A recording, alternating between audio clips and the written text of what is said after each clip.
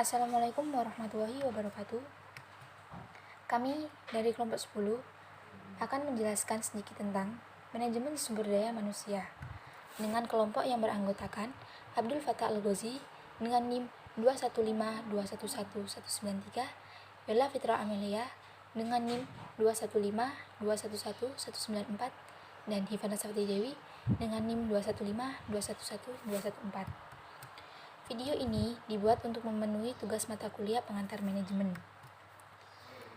Dalam pembuatan video ini, kami mengambil materi dari beberapa referensi, yaitu dari blog Smart Presence tentang apa itu manajemen sumber daya manusia, dan dari blog Academia Education tentang tugas makalah manajemen sumber daya manusia. Selanjutnya, mari kita masuk ke dalam pembahasan tentang manajemen sumber daya manusia. Pembahasan yang pertama yaitu tentang pengertian manajemen sumber daya manusia. Manajemen sumber daya manusia ini merupakan suatu proses menangani berbagai masalah pada ruang lingkup karyawan, pegawai, buruh, manajer, dan atau semua tenaga kerja yang menopang seluruh aktivitas dari organisasi, lembaga atau perusahaan untuk mencapai tujuan yang telah ditetapkan.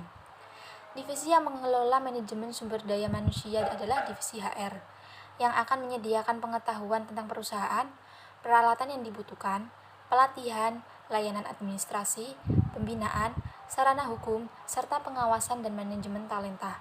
Semua hal tersebut dibutuhkan demi mencapai tujuan perusahaan.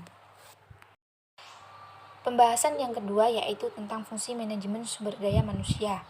Dalam video ini, ada 7 fungsi manajemen sumber daya manusia. Yang pertama yaitu mengatur dan mengelola pekerja. Dalam fungsi ini terdapat 3 langkah penting yaitu perencanaan, penarikan, dan juga seleksi. 3 langkah tersebut bertujuan untuk mendapatkan tenaga kerja yang berkualitas sehingga dapat bekerja maksimal sesuai dengan job desk-nya. Fungsi yang kedua yaitu penggantian atau kepuasan. Yang dimaksud dengan penggantian atau kepuasan adalah pemberian balas jasa secara langsung atau tidak yang berbentuk uang maupun barang kepada karyawan sebagai bentuk imbalan jasa dari perusahaan yang mempengaruhi iklim kerja dalam sebuah perusahaan. Lalu fungsi yang ketiga yaitu penilaian. Divisi sumber daya manusia bertanggung jawab terhadap rangkaian pembinaan, pengawasan, hingga evaluasi terhadap calon ataupun karyawan yang telah dipilih. Lalu fungsi yang keempat yaitu pusat pelatihan dan penasihatan. Untuk memperoleh suatu keahlian peraturan, konsep atau sikap untuk meningkatkan kinerja para karyawan dan juga harus mencari solusi terhadap kendala yang dialami oleh sumber daya manusia agar kinerja tetap maksimal dan berkualitas. Fungsi yang kelima yaitu membuat relasi. Manajemen juga memiliki tugas untuk membangun hubungan dengan pihak luar terkait dengan sumber daya manusia, seperti serikat pekerja atau sejenisnya, dengan tujuan agar iklim kerja menjadi kondusif karena dapat menyelesaikan permasalahan dengan baik dan tanpa perlu melakukan tindakan yang berlebihan. Selanjutnya fungsi yang keenam, yaitu mengatasi permasalahan. Divisi sumber daya manusia memiliki tanggung jawab dalam mengatasi permasalahan yang sering timbul pada karyawannya, melakukan analisis pada setiap permasalahan, dan mencari solusi terbaik untuk menyelesaikannya. Lalu, fungsi yang terakhir yaitu fungsi yang ketujuh adalah menangani kesehatan dan keselamatan pekerja. Manajemen sumber daya manusia bertugas untuk menciptakan kondisi yang aman dan sehat, guna menghindari hal-hal yang tidak diinginkan dan berisiko seperti kecelakaan yang dialami pekerja. Keselamatan kerja dan kesehatan semua karyawan menjadi tanggung jawab divisi ini. Setelah kita membahas secara singkat tentang fungsi, maka selanjutnya kita akan membahas pembahasan yang ketiga, yaitu tentang tujuan manajemen sumber daya manusia. Manajemen sumber daya manusia memiliki beberapa tujuan. Yang pertama, tujuan sosial. Tujuan sosial adalah organisasi yang bertanggung jawab secara sosial terhadap tantangan dan keperluan yang terjadi di masyarakat khususnya di ruang lingkup organisasi, dan mengurangi efek dampak negatif atau merugikan yang akan muncul. Tujuan yang kedua yaitu tujuan organisasional. Tujuan manajemen sebagai organisasional adalah sasaran-sasaran formal yang disusun guna membantu perusahaan dalam mencapai tujuannya. Tujuan ini mengenalkan bahwa manajemen sumber daya manusia itu adalah exist. Tujuan yang ketiga yaitu tujuan fungsional atau functional objective, yakni untuk mempertahankan kontribusi dari sumber daya manusia di tiap departemen perusahaan yang dibutuhkan. Sumber daya tersebut dipelihara agar memberikan kontribusi yang optimal. Lalu tujuan yang keempat yaitu tujuan individu atau pribadi. Dalam organisasi juga harus diperhatikan oleh setiap manajer, terutama manajemen sumber daya manusia, dan harus diarahkan dengan tujuan organisasi secara keseluruhan atau overall organization objective. Ada 3 metode pendekatan manajemen sumber daya manusia, yaitu pendekatan mekanis atau otomatis, pendekatan paternalis, dan juga pendekatan sistem sosial. Dari ketiga metode tersebut, kita akan membahas satu persatu secara singkat. Yang pertama yaitu pendekatan mekanis atau otomatis. Metode pendekatan ini menggantikan peranan tenaga kerja manusia dengan tenaga kerja mesin dalam melakukan pekerjaan yang menitik beratkan pada spesialisasi, efektivitas, standarisasi, dan memperlakukan karyawan sama dengan mesin.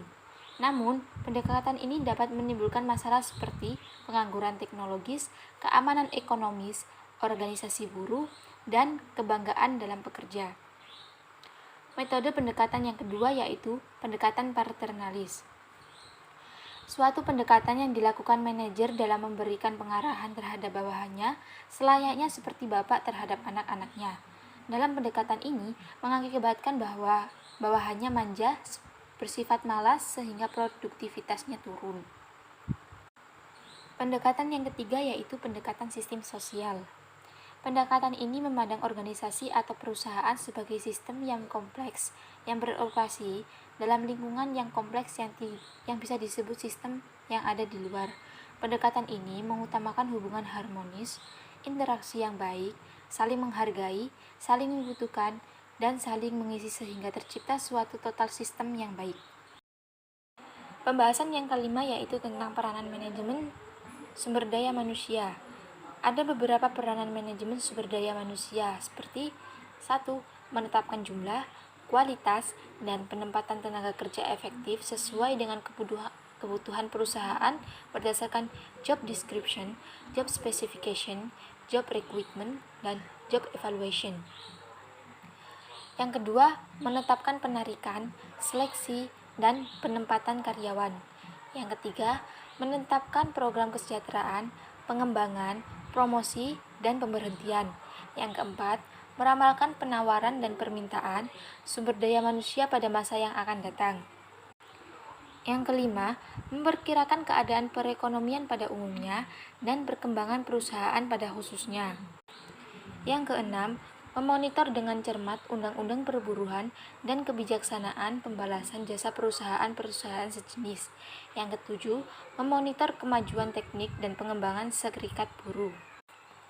Yang kedelapan, melaksanakan pensisikan, pelatihan, dan penilaian prestasi karyawan. Yang kesembilan, mengatur mutasi karyawan baik vertikal maupun horizontal. Dan yang kesepuluh, mengatur pensiun dan pemberhentian serta pesangonnya. Dalam pembahasan yang telah dijelaskan sebelumnya, kita dapat mengambil kesimpulan bahwa perencanaan sumber daya manusia harus dijalankan dalam suatu perusahaan sebagai pemain kunci dalam menolong perusahaan-perusahaan mencapai tujuan-tujuan strategi dengan didukung oleh sumber daya manusia yang andal dan menguasai bidangnya masing-masing. Manajemen sumber daya manusia atau dapat disingkat dengan MSDM adalah fungsi yang berhubungan dengan mewujudkan hasil tertentu melalui kegiatan orang-orang, sehingga sumber daya manusia berperan penting dan dominan dalam manajemen. Penguasa bidang pekerjaan merupakan hal mutlak yang harus dimiliki oleh setiap personal yang bekerja di suatu perusahaan. Sekian penjelasan tentang manajemen sumber daya manusia yang dapat kelompok saya sampaikan. Apabila ada salah kata, kami mohon maaf yang sebesar-besarnya. Terima kasih karena sudah menyimak video ini, dan kami berharap semoga materi yang telah kami jelaskan dapat bermanfaat bagi kita semua. Wassalamualaikum warahmatullahi wabarakatuh.